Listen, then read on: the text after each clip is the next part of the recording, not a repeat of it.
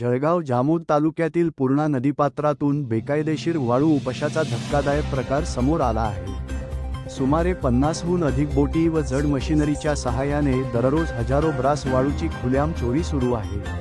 माहुली ब गोळेगाव, मानेगाव, हिंगणा, बाळापूर, दादुलगाव, मांडवा, निमकर्ड परिसरातून अवैध उपसा सुरू आहे। ही वाळू शेकडो ट्रक व हायवामधून अकोला, यवतमाळ आणि बुलढाणा जिल्ह्यात पाठवली जात आहे। शिवसेना जिल्हाप्रमुख गजानन वाघ यांनी प्रशासनावर गंभीर आरोप करत आक्रमक भूमिका घेतली आहे। जळगाव जामोद तहसीलदारांनी अवैध उपसा मान्य करूनही साधनसामग्री नसल्याचे कारण देत कारवाई टाळल्याचा आरोप आहे। या वाळू उपशामुळे नदीपात्र उद्ध्वस्त होत असून पर्यावरणाचे मोठे नुकसान होत आहे। 7 दिवसांत कारवाई न झाल्यास उपविभागीय अधिकारी कार्यालयावर शिवसेना स्टाईल उग्र आंदोलनाचा इशारा देण्यात आला आहे।